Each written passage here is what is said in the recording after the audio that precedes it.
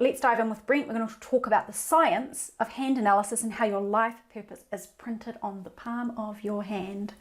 Welcome, Brent. Thank you so much for being here with us. My pleasure. We have been talking a lot already while almost starting recording. We could talk for hours without even remembering to press record. So I'm super excited to have you here. I've already mentioned in a little bit to my community that I'm mind-blown and grateful for this hand analysis work that you're doing and your colleagues are doing, and how it is revealing so much wisdom that can help people overcome suffering, feel fulfillment, get on track in their life, reach their potential, all the good stuff. Particularly, I would love for you to start talking a little bit about that this is a science. This is not palmistry.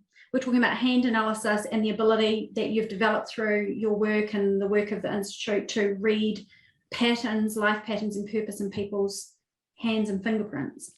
Right.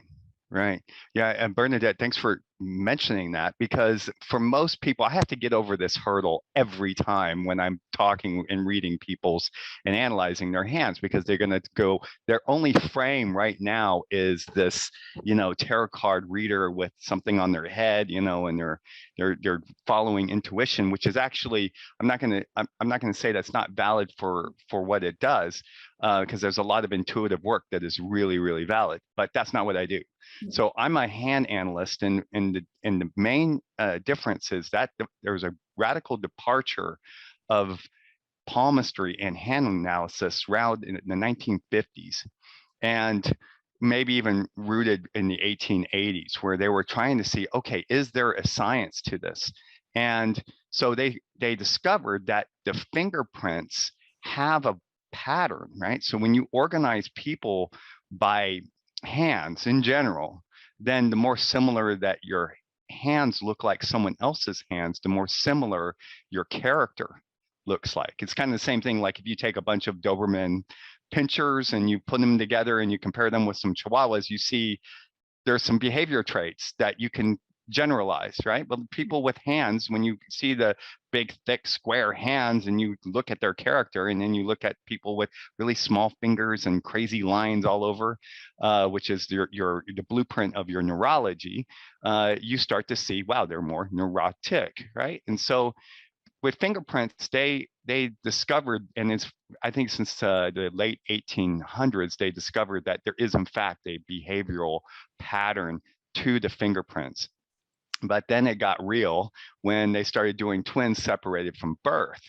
And they started to see, okay, after 35 years, they didn't even know they had a twin. They look up the adoption papers, and then they realize, okay, they both have jobs in law enforcement. They're both named Jim. They both have drive the same model of Chevrolet.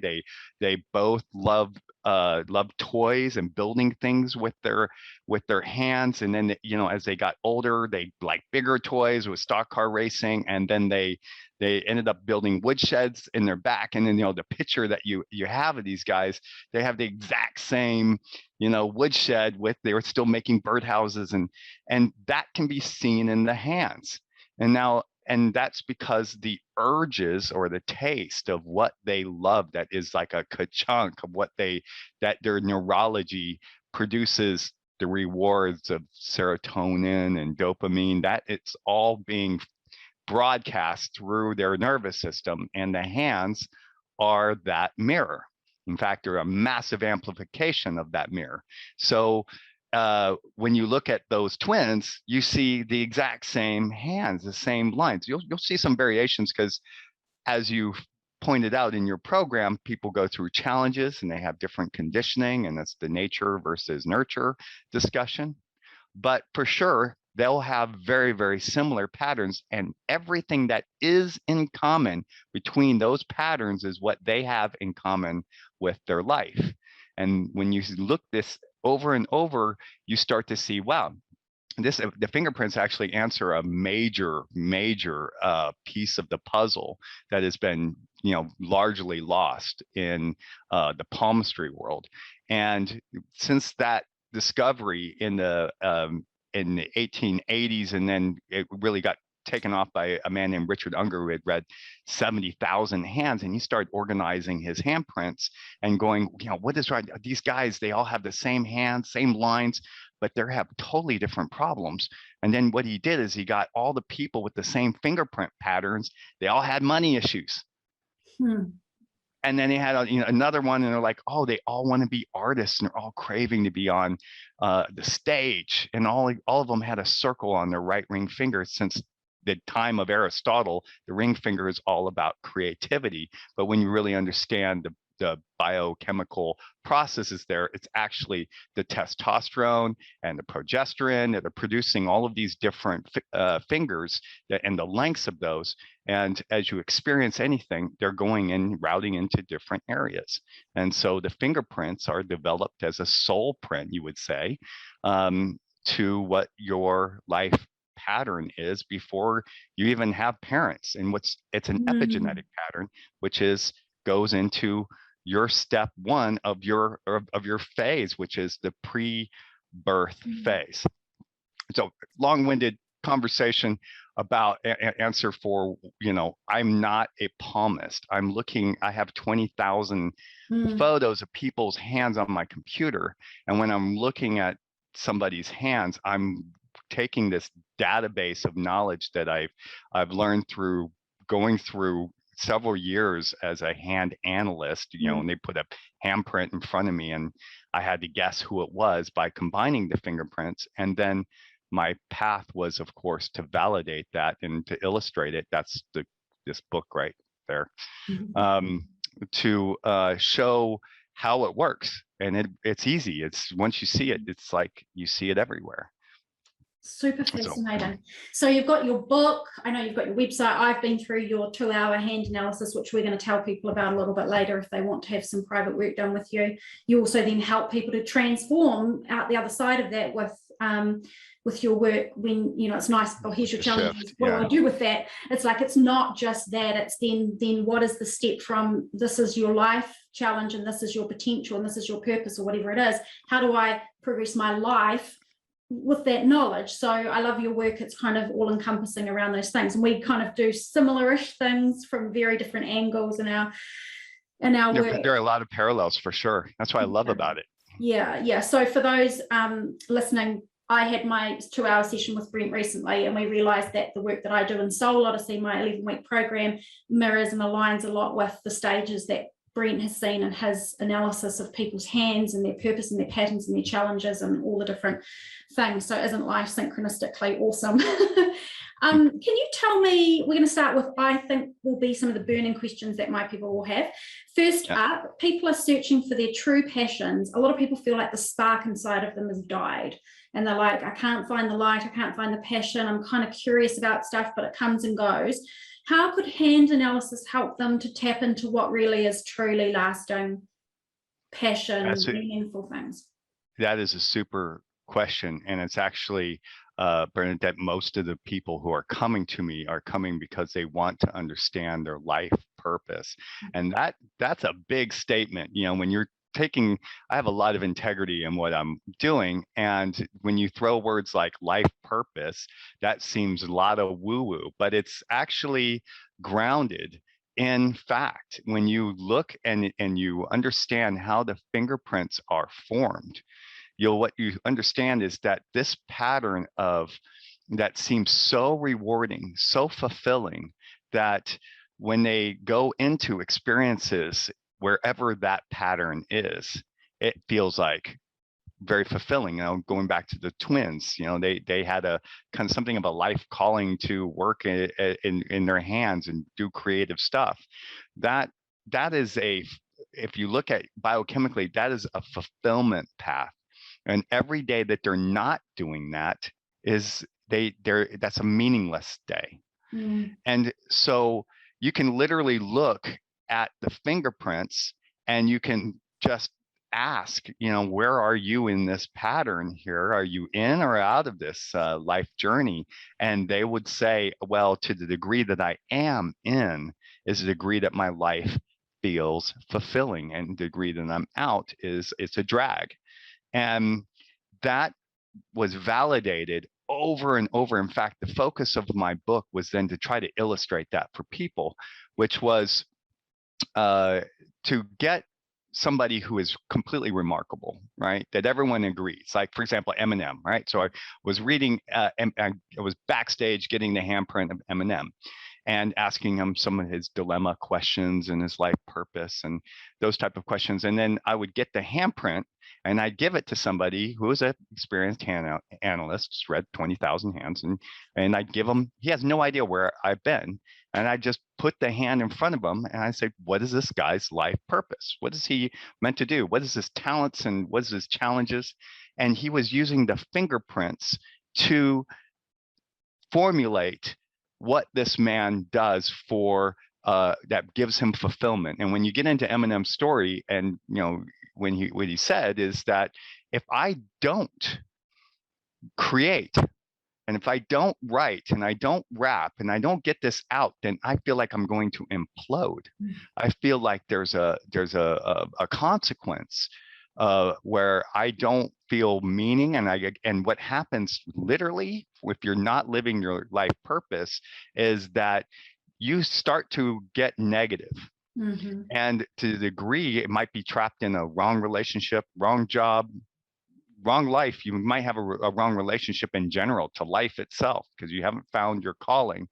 What happens is you get negative in a very specific way based on the shape of your hand. Maybe you're angry, maybe you're depressed, maybe you're frustrated. You go into the shadow side, and that also can be seen, right? Yeah. So I was getting all of these handprints. I was getting Ben Stiller, and I wasn't just trying to find people that were famous, though I was obviously at first really gunning for that because it was so exciting to do that. But I was getting the theological advisor of the Pope and an astronaut and the best shoemaker in Switzerland and prostitute and just to see, what's the life, that's kind of a shadowy purpose, right?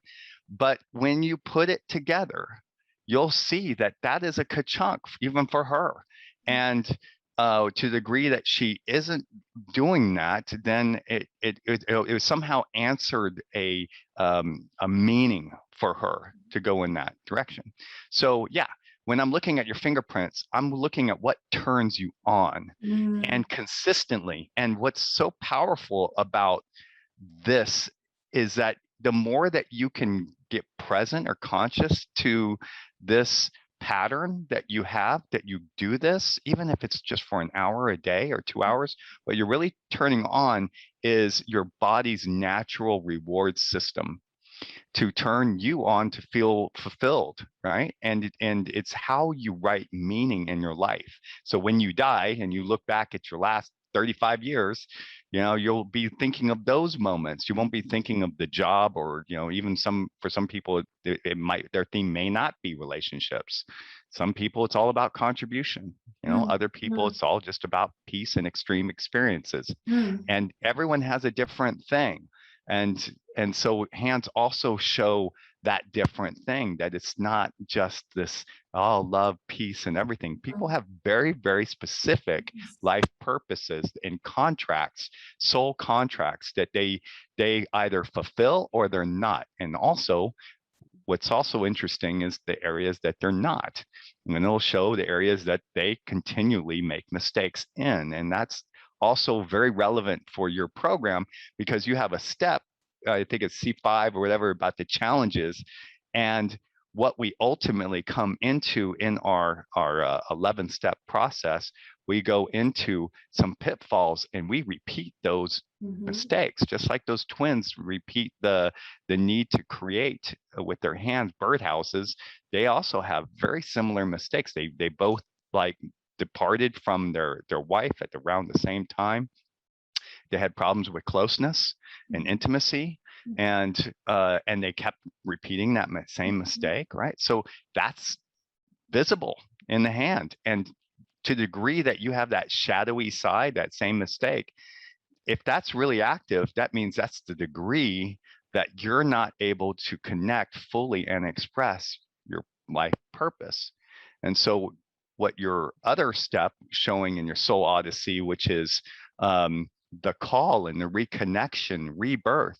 But you're really, I would put that in my language as saying, yeah, look at those boot to the head mistakes that keep repeating all the time, and remember that those are just fears that you are afraid to consciously step in and manage your life so that you can move to step 7, creating and conscious living. And then you see those people who have made that transition go into a state of real contribution in society. Oh my gosh, so much. I love all of this. So in the hands, you've got passions, you've got, which obviously are part of purpose. You've got challenges, right? The challenges are showing up. And what I love about that is, the one thing I always want to say to people when they come to me is, you know, like bless your beautiful heart, because the things you struggle with are not by mistake. Like you're not wrong. You're actually not off track. If you're smashing right up against all the challenges and that are evident in your palm, that are evident in your numerology, that are evident when you do soul odyssey with me, whatever it is, you're meeting life smack bang as you smack your head against that wall, right where you're meant to be, because you can't go around it. You've got to go right through the middle of it to learn from it. And so totally become a father sometime. As soon as I became a father, every issue that I had been, I was like organizing martini parties and was a very entertaining guy. I became a father with, now I'm in a monogamous relationship with 2 kids. Go, it's just like that. You have to wrestle with that, and you find deeper levels of compassion and find a virtue, because when you don't, you get smacked over the head quite quick. And I think that it's good to go through it. I actually did there's a really great program that about measuring your energy levels and your evolution, and she was tracking my evolution energetically, and as she did, she could see the time that I got into the family. I really, if I look at that period, it was like, oh my God, I had a crying, screaming baby every day, seemed like, for 4 years, because we had a second one, right? And so that was a very agitating place. I grew up a lot, and you look at, for example, comedian Louis C.K., he had to go through you see his change as a comedian as he became into a family. Things got real. And he had to really deal with it, and that became a great source of his comedy. And he became prolific and funnier and richer, and there's a depthier side to him.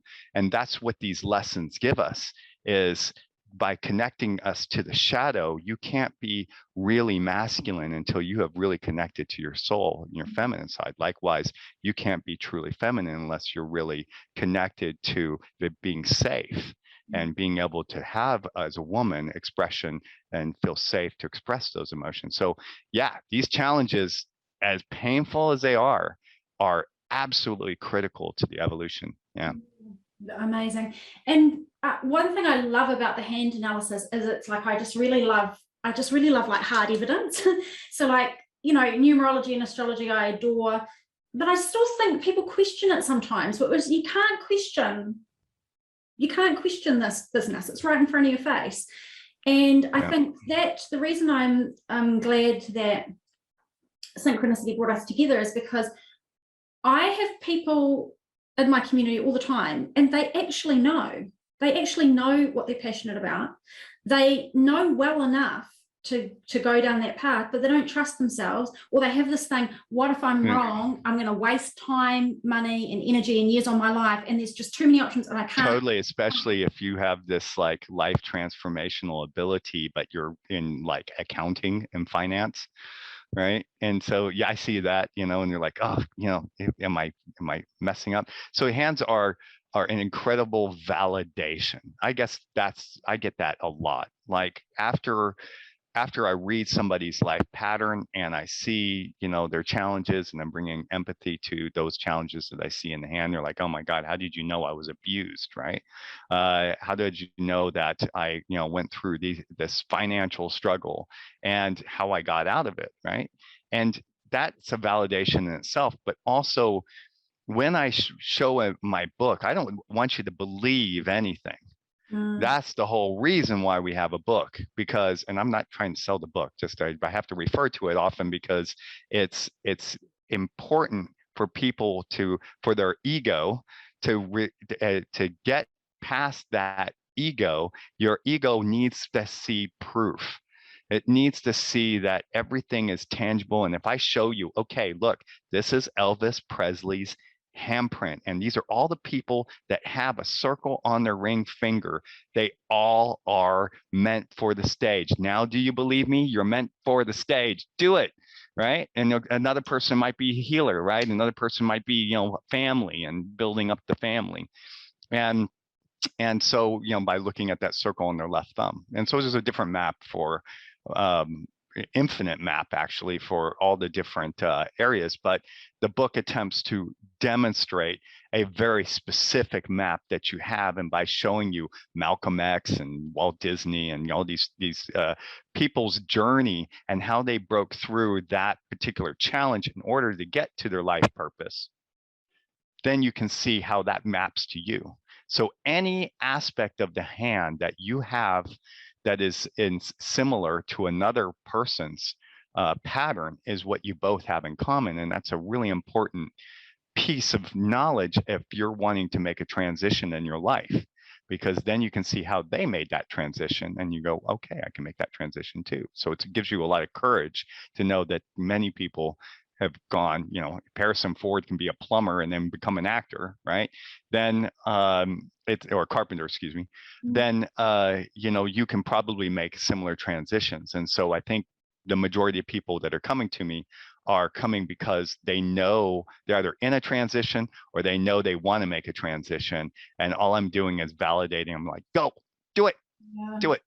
Yeah, I've got some people to send your way. It's interesting, isn't it? Synchronistically, like we connected not that long ago, and I don't know, I would say probably 4 people have emailed me since I connected with you first, and they've all asked the same question. I'm stagnating and I don't know what the next thing is, and I can't figure it out, and I need to, it's that there's something else and I don't know what it is. And that's where I become obsessed with hand analysis, numerology, astrology. It's like pull all the pieces together.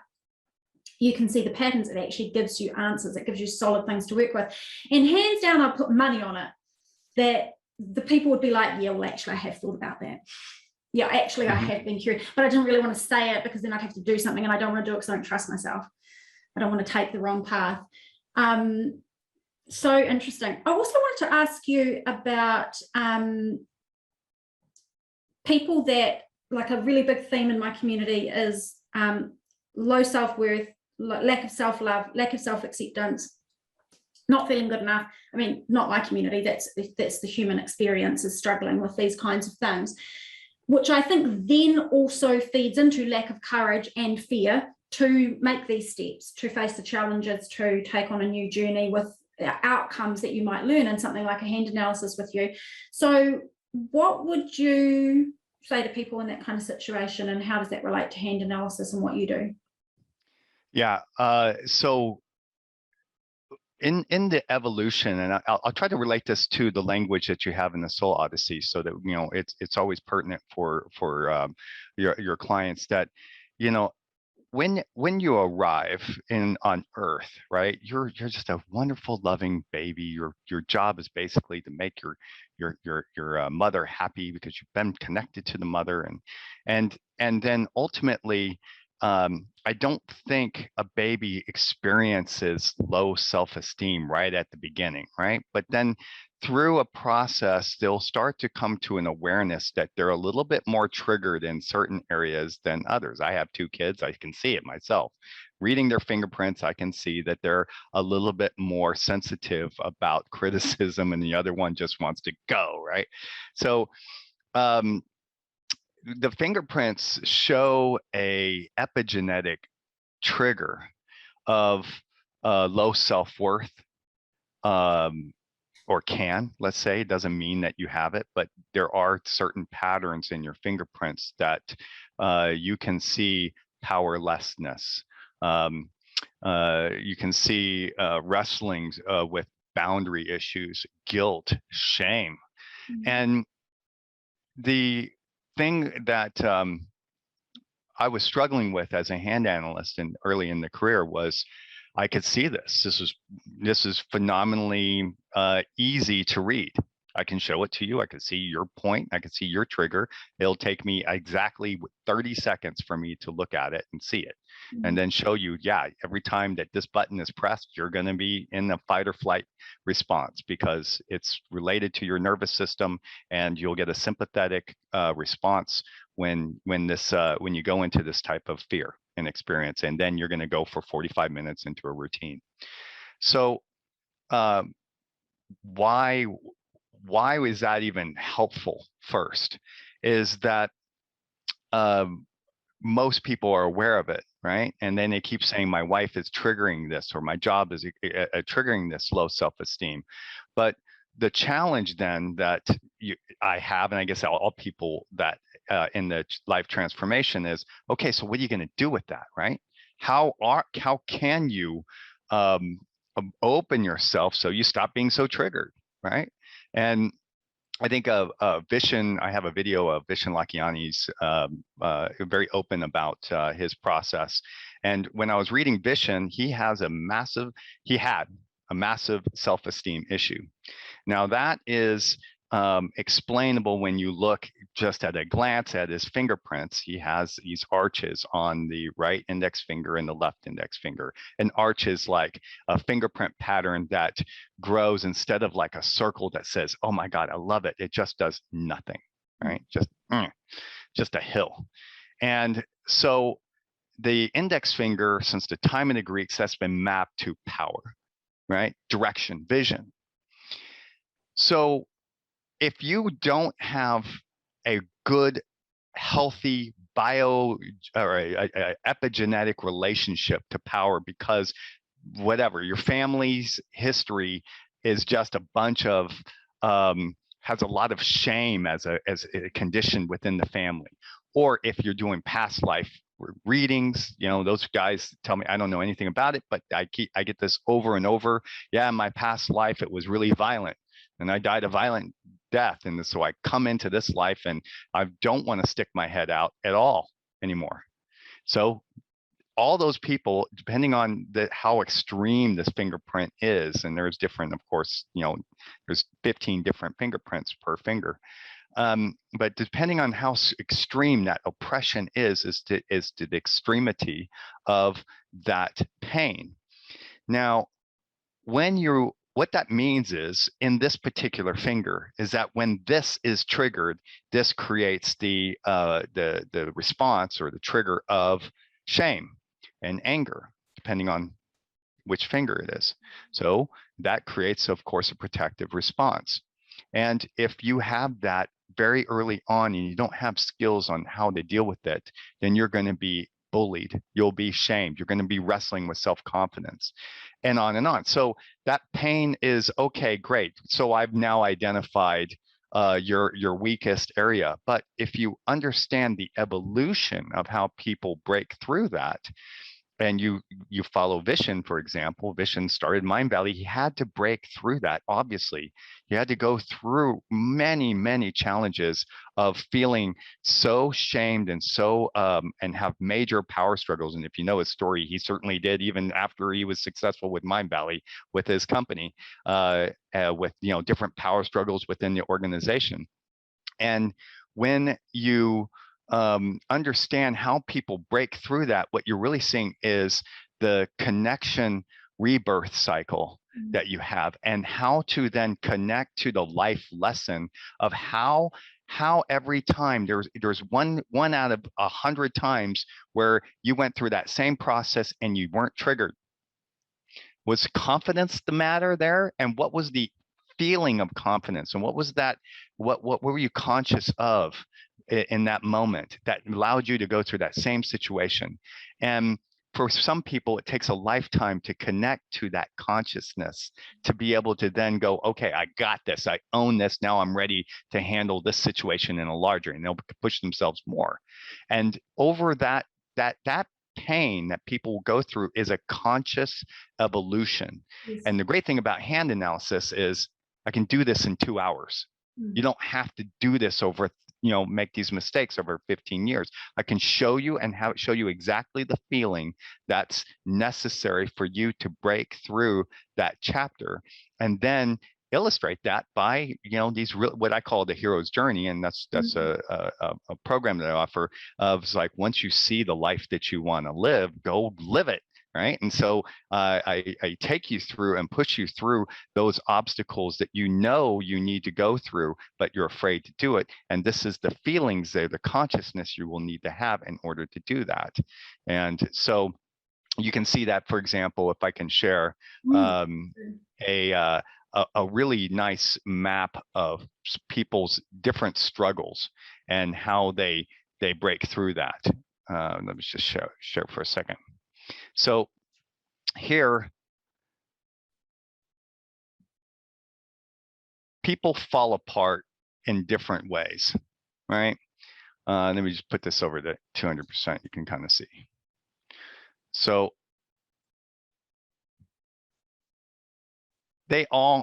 everyone, this is a grid that's for every single fingerprint lesson that you have. So like I said, if you have like a low fingerprint combination, like an arch in your right index finger, then you will be triggered with anger. When it's on your left index finger, you'll be triggered with shame and doubt. If it's on your right middle finger, it'll be about worry, which is a slightly different emotion than feeling anger, of course. And if it's on the left middle finger, it's about low self-worth. So all these people, these are real people, real fingerprint patterns, right? Now, if you understand, like when I was reading, let's take Tony. Tony, if you know his story, he has really struggled with his self-worth. He had a lot of guilt. He carried that guilt and felt an obligation to his family. And so he came up with this incredible program mainly to deal with himself, because he could not figure out how he could feel good in his body. He had a very bad conscience all the time, and he made mistakes all the time because of that. He was also making integrity mistakes in his career, about borrowing from Peter to pay for Paul, and being able and seeing that integrity issue land within his organization, and then seeing things fall apart that way. So he had to become conscious. He had to come aware and realize his role as a mentor relies on his integrity. And every time he cuts corners, or he borrows material, or rips somebody off, thinking that's okay because his whole program is borrowed material, until he became super conscious of the integrity of making the proper credits, he was losing every time. And do you think this pattern is going away? I mean, I've read his hands twice, and I can see different stages of his evolution, and he still is making mistakes. But what's nice is that you see that he's becoming more and more conscious of it. And that's helped him fulfill his life purpose. And through that, you can see then an opposite pattern, that as painful as this is, to the degree that you can turn this thing upside down, instead of having low self-worth, you understand the mechanics and consciousness of being a mentor and the value system that is, and you hold that and say, I am now anchored in that. I've grown up. I'm mature now. That's the old guy was always, hot potatoing this issue and projecting on the other people. Now I am not a victim. I accept that I take responsibility for my well-being, and I'm going to enjoy myself, right? And then you start to see a new life emerge. Einstein, great example. Guy didn't even speak until he was, I think, 6 years old. His parents thought they had a problem with their kid. He was not, and then out comes a complete sentence. So what he had was a big issue about speaking up in class, and he's super shy. Right. And that's really obvious when you look at the fingerprint pattern, where there's just nothing there, right? It's just another arch. But for him to live a life purpose of innovation and having a massive contribution to humanity, which is the rest of the fingerprints, he had to, of course, work on his weakest link. So you were saying 10 minutes ago about, well, is it right to feel that pain? You bet.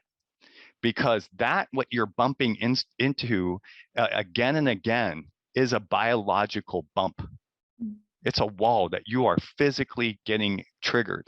And his trigger, of course, was every time I speak, I'm getting ignored. So it doesn't matter. So he publishes his papers. It sits on the desk for 5 years, the most important papers of the last century.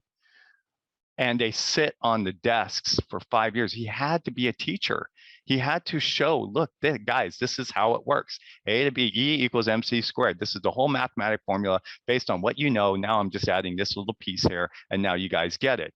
And until he became a teacher, everything was ignored. So he didn't like it. He didn't, but over time, he started to become more and more realizing that he had to speak up all the time and become an inspiration. And the more that he did, he got what he liked. He got love. He got certainly very popular with the women as he got older. And he was able to contribute to the narrative of science, and that was all very fulfilling. But if he stayed in that weakest link and shied from that, there would have been we've never gotten Einstein. So it's really important. It's actually what I expect. Everyone, once they understand this, has a responsibility to find and look at their hands, understand their trigger, and then know what is the reverse of that, so that they can quickly move into their next chapter, so that it's much more satisfying. And the way you said that, and I really appreciate this book and the graphic you've been willing to put on screen and show us, because that's so inspiring. Like, every single person that's sitting in there going, I doubt myself constantly, I've got low self-worth. Yes, so did all of they. So did right. The library. Yeah, in other words, you're a human being. Welcome. Right. Exactly. And so, like, you were very, you were great with me pointing out the blocks that I have, the patterns that I have. I can see them. I've seen them play out in my life. I've been focusing on breaking through and transforming those. And it's the same for everybody. It doesn't matter who. And I think so many people sit at home inside themselves with shame about their blocks, but I've tried to break it, but I've been working on it for ages, and my affirmations, right? Yeah, and it's like that constant coming back to that. Like, I'm just going to say it, like, life is challenging and it can be hard, and personal growth is not convenient, and answering your soul's calling is not convenient, and it's not convenient. It's never convenient. And coming over challenges and stepping into your highest soul's potential, which is the only freaking reason your heart is beating, is not going to be comfortable. So get with the program and get comfortable with discomfort, because it's just— I love your language. Yeah, it's absolutely inconvenient. You got it. And by the way, you said something I just want to I love your language, and I really want to just highlight or underscore what you just said, because it's so important, is that it's connected to your heart. Right? And the fingerprints are developed when your heart is developed. Okay? And so it is it's a blueprint of what your heart wants. And you can really see from the different levels, like the very first line that's formed as you learn your body is this line, this is your lifeline, right? And then the second line, as you develop facial expressions, is this heart line that comes up at the very top, right? So at that time when your heart is beating and you're getting just first awareness, that's when you get these things called big bowler pads that are showing, oh my God, I'm alive. I feel for the first time. You have the middle part of your brain, which is the limbic system. It's releasing serotonin, DMT, all these really positive emotions, and the hand is broadcasting those out. And the nervous system sensory cortex is just vivid with all the nerve endings here. And so it goes in and goes, oh my God, I love this. Oh, my heart yearns for this. So if you look at what the heart is doing and the emotional center, it is developing with the fingerprints at that, not a week before, not a week after. It is at that time when the heart is developing and the limbic system is starting to come online in the pineal gland and the amygdala, the fight or flight, good cop, bad cop of your limbic system. When that is being released and is releasing all the serotonin and melatonin that puts you asleep and the things that make you alive, it's broadcast through your hands and it's putting these fingerprints here to saying, I love this. Please, for the love of God, make this happen. And please protect me at all costs not to go into power struggles because, so it's like a canary in the coal mine. You're waking, you have this, your heart is like, I don't want to go into these experiences because they don't feel good. Tough. It's inconvenient, but you need to go into it because you're here for it to evolve. And that's what the fingerprints are doing. And so it's I love the language that you make. Because in that moment when the heart is developing, the limbic system, the fingerprints are starting to develop, it's all happening at the same time.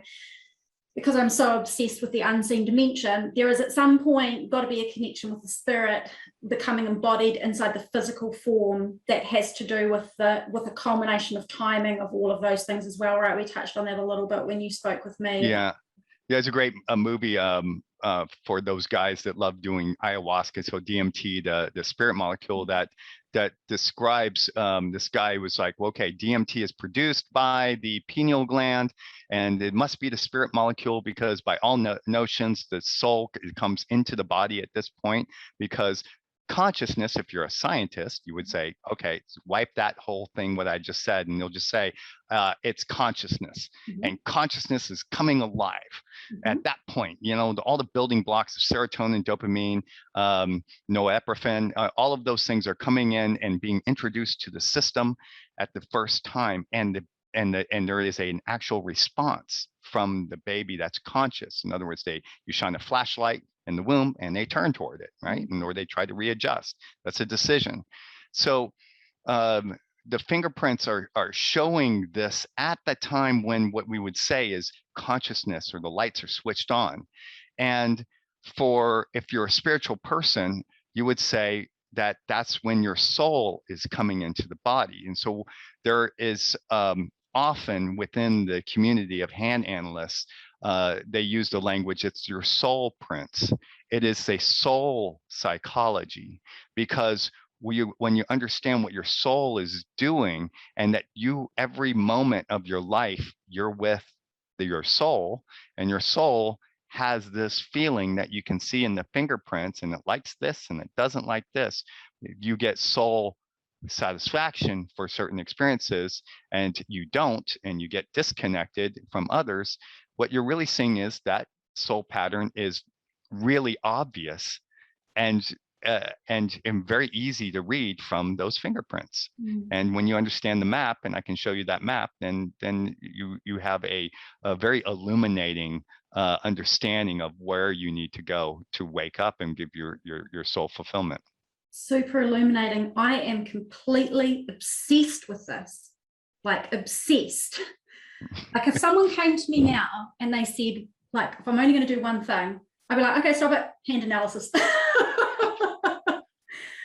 But it ties so well in what you're doing because it by showing that map, then it's just a tool, right? I'm not going to make it bigger than it is. It's a tool. It's a blueprint of your life, right? It shows exactly. But then when you put that into the mechanics of your program to be able to look week by week, what you're really looking at is, okay, if this is my soul print and my soul odyssey is to, I have from birth, a situation that I feel power struggles or I'm abused from birth. That's a fingerprint pattern, believe it or not, before your parents even arrive on the scene, right?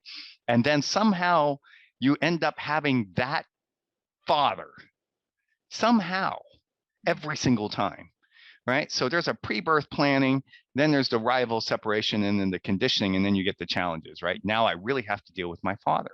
And there's no way that I can go to step out of that to live. I know that I'm good at, for example, being a mentor, being in business, but my weakest link is this power struggle all the time. So there you have the call, and you go, well, I know it's like your journey is just like the hero's journey, and you're like, well, okay, I have the call. I know that the dragon is now torn down the village and burned all the plants. I can't stay here anymore. So I need to now connect to my life purpose. I can't go another day like this, and I must now face this dragon. Now, for most people, they don't realize how important it is in this example here of symbolically going into their pre-birth wound by speaking to their father. The father is just a representation, but it's actually the fingerprint. And so when you connect to that drama that has been going on, you think, oh, it's all because of the father, and it's because of this breakdown at work and in politics and all of that. When you do this compassionately and you connect to those people and you forgive them and ho'oponopono, whatever it is, to really reclaim your life, get yourself out of that victim response, which is what the fingerprints show, the victim response that you have in those situations. What you're really doing is taking ownership of who you are. And these people are just symbols. So when you reclaim and connect to those people and say, I got you, I love you anyway, and I want to clear this, I take full responsibility, is as weird as and as conscious as that effort has to be, is the degree that you have now reclaimed who you are and your power in your life. And that's when you end up moving to the next stage. So it's a really phenomenal process that people go through, because I see it when, like, there's a guy, a couple, I was reading at TEDx, right? So they brought me in at TEDx, and I'm reading all 250 people there. And there was this the singer that was, they did a great job. And I didn't know, I just heard their voice on it because I was reading everyone's hands in the booth. And as they just happened to be shuffled through here, and I'm looking at their hands, and I'm like, wow, you are an amazing artist. I didn't connect those were the same people that I was hearing. And I said, wow, you've got this great life calling to be creative, but you have this big power struggle with your father that I see, or a power struggle in general, which shows up probably with the father. And the brother was like, I can't believe it. You can't believe you see that? And he's crying, and he's like, you know, that week he came over to my office, and we did the proper blueprint analysis, and I encouraged him to go through, you know, the shift and just go in and connect to that drama, connect to the trauma, connect to the powerlessness, and go into all those things that you have had that struggle with. And so you can do it on paper. So if you can't do it on paper, you're not going to be able to do it with your father. So just look at it and just freak out with all the images that shows up in your life. Process that out. And then what you'll see on the other side of fear is nothing all the time. So when your body goes into that surrender, what happens is you come to this new place in your life going, what have I been afraid of all along? And then in that opening, he goes and talks to his father. Now, this guy has not made a breakthrough in his career at all. He's been living in an apartment with a bunch of stoners and working on his music, which was good, but he wasn't making any breakthrough. But when he went through that process, connecting to his soul lesson, and took ownership of that, and then had that as a tool to speak to his father and say, I now understand why we've had this power struggle. I've been blaming you for everything, and I didn't realize I have this thing in me, and now I please accept my apology. I take ownership. The father was so moved by that he invested in his studio, and he was so transformed that in the next 14 days, with that energy, and you think about how much you have resisting your life, with that energy that his father now has blessed him, he was able to have the courage to go, yeah, I'm going to release this music. And he put it on YouTube, had 5,000 hits. 14 days later, he had 2 record companies courting him, and then he got a BBC interview, and then 17 days later he was in London at a BBC interview, and he had 20 record companies. And 28 days later, he ended up having a deal with Universal. And now he has 4 companies. Was it 3 months later, he had 4 companies marketing he and his sister album and worldwide. And so that was because of forgiving the father, but it's because he connected to his trauma. So it's a tool. It's nothing more than a tool. It's not bigger. I'm not going to say it's bigger than anything, but when you understand how to then use this wisdom that you're explaining in your program to connect to your calling and connect to your rebirth, that's what that C6 in your stage is really going into that level, and you, a great promise is there for you, your dream. But I guarantee you, while you have that little thing going on with father, what you're really saying is, I don't take responsibility for myself. And there's no way that soul journey. That's just I'm going to skirt that under the carpet over there. That's not my life purpose. My life purpose is this thing. Whereas the thing that I've come to realize through the work that I've done and that I do with people now is that all of it is your purpose.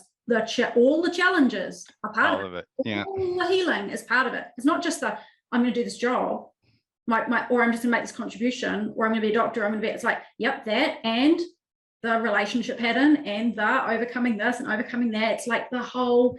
And the other thing I'm obsessed with is the idea of how we try to compartmentalize ourselves. So like, I'll be really successful over here and I'll be struggling to get to the next level, but that's my work. But that thing over there, that person I won't. That's not me, right? And to do with my work. Of course it's got to do with your work. Your spirit is shining out of your body. There's only one you, and everything is coming from this core of vibrational magnificence that you are. I just am obsessed with it. What you're also highlighting is a problem that I've seen for, I've read many famous people and people that are even in the transformational community. And it's so funny to see them struggled with the things that I have struggled with, right? Like it was a big integrity issue for me. I'm shifting people and then giving them the most amazing experience of their life.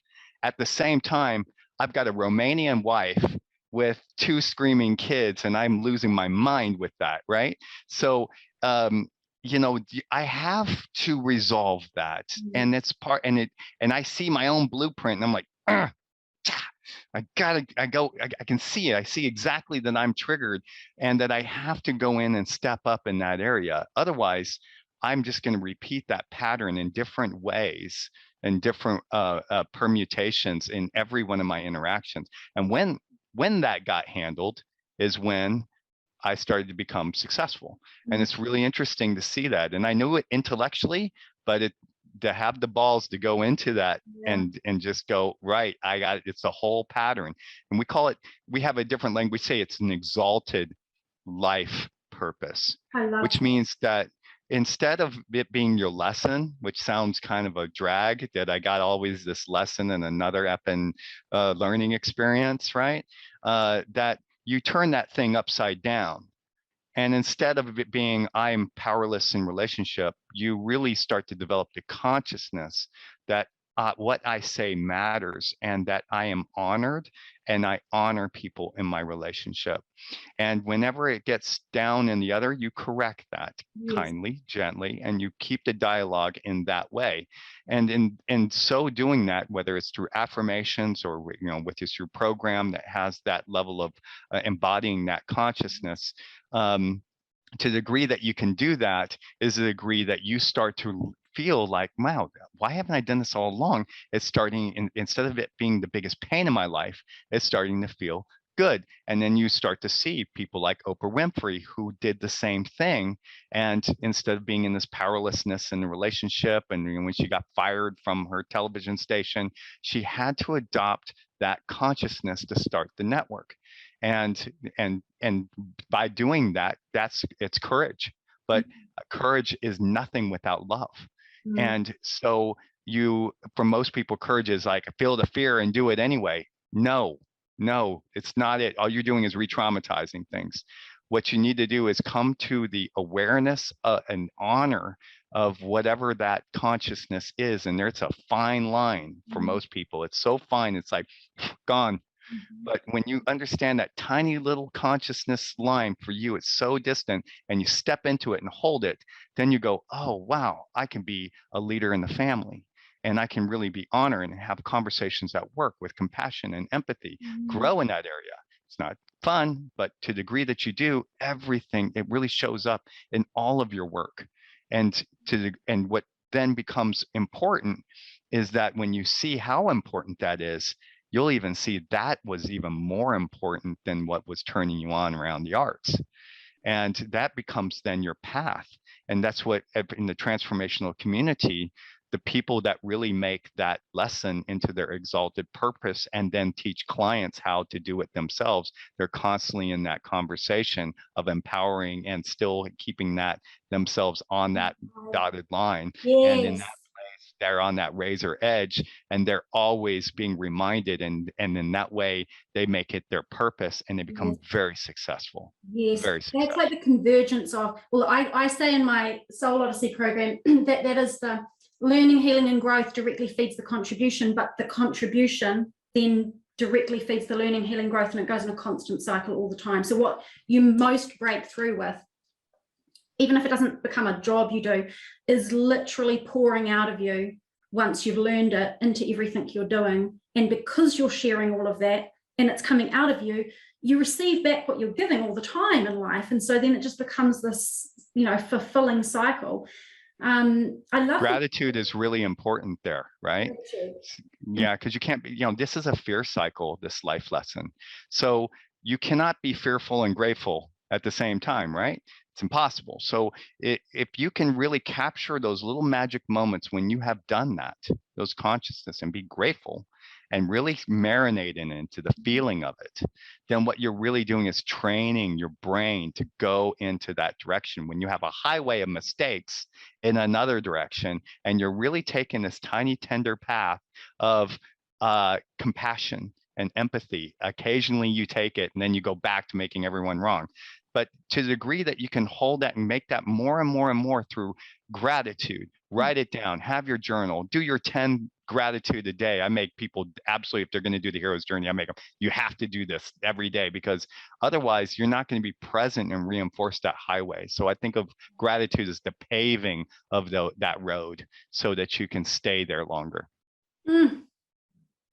I'm all about it. We're going to have to wrap it up because we're getting on with time, but this has been, I have absolutely loved this as much as I love the 2-hour hand analysis that you've done. Great.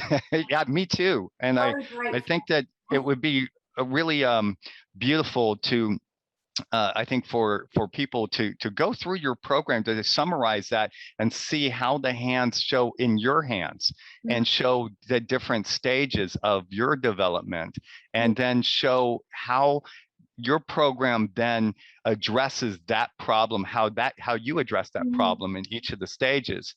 And then you can see maybe more value in the blueprint. But I want to leave with this one thing, and that is you're doing your life purpose. And when you look at the people that have your hands, and this is, you look at Louise Hayes and Bonnie Raitt, Gillian Anderson, Elena Bernasoff. That's the woman that does she sees your energetic path. All these people have something in common of being fascinating, mind-opening, and very, very entertaining. But I would say I would summarize that as being brilliant. And that's a conditioning of kind of what I would refer to as, that your own arrival and separation to become somebody who recognizes her talents and then is able to then face the challenges of her soul when you look at that. So I would that's kind of the direction that I would like to go with you, is to illuminate people from the hand shape alone. You can already start to see your talents, and then from the fingerprints, your arrival, and then to show how then, given that you're so fascinating as a person, And then given that you have these fingerprint patterns of love and connection, which you have a high amount of love and high sensitivity for be able to work with people, how then you marry those two? It's a highly intellectual, brilliant hand with this loving side. How then you can put those two together? That is resolving, you know, your calling and the reconnection. So anyway, so I thought I'd just kind of. I'm grateful you showed that so that people could see. Like, I've had it done. It's fascinating. If I had more time, I would share more. But it was about 2 years ago, and I remember I was walking the dog through the fields, and I had a very clear moment, and you picked it up in my hand analysis around my shadow. And I remember saying to myself, I'm done. I've done my bit. I'm done. I'm just going to keep to myself. I'm just going to live here in the middle of nowhere. I was literally living on the tip of New Zealand, almost falling off into the water. No one around where I lived. I was so isolated, and I was like, I'm done. Now I'm just here with the fields and the dog, and I'm good. And then I was like, Lone Ranger, right? Lone Ranger. You know, I said right. I'm a one-woman band. And then it was very, very clear. It just came in very, very clear. It was, that is not your soul's agenda, and that is not going to happen. And even though I was just like, God damn it. And I was like, I know. Okay. And it's just like this moment of, I can resist and ignore this, or I can go, this is the work.